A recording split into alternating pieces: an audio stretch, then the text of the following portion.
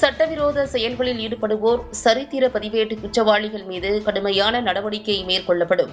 திருச்சி மாவட்ட எஸ்பியாக புதிதாக பொறுப்பேற்ற செல்வ நாகரத்தினம் எச்சரிக்கை. திருச்சி மாவட்ட காவல் கண்காணிப்பாளராக பணியாற்றி வந்த வருண்குமார் தற்போது திருச்சி சரக காவல்துறை துணைத் தலைவராக பதவி உயர்வு பெற்றதை அடுத்து திருச்சி மாவட்ட காவல்துறை கண்காணிப்பாளராக செல்வ நாகரத்தினம் அறிவிக்கப்பட்டார். இதைத் தொடர்ந்து செல்வ நாகரத்தினம் இன்று காலை திருச்சி மாவட்ட காவல்துறை கண்காணிப்பாளர் அலுவலகத்தில் பொறுப்பேற்றுக் கொண்டார்.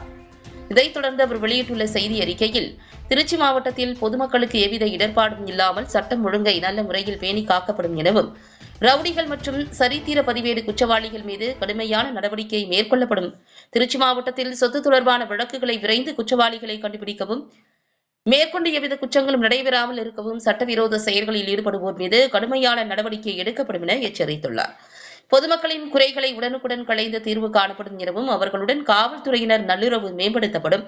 காவல்துறையினரின் குறைகளை கேட்டறிந்து அவர்களுக்கு உடனடியாக கோரிக்கைகளை நிறைவேற்றி நல்ல முறையில் எவ்வித மன சோர்வு இல்லாமல் பணியாற்ற வழிவகை செய்யப்படும் எனவும் காவல் நிலையங்களில் திறன்பாடு மேம்படுத்தப்படும் என தனது அறிக்கையில் தெரிவித்துள்ளார்.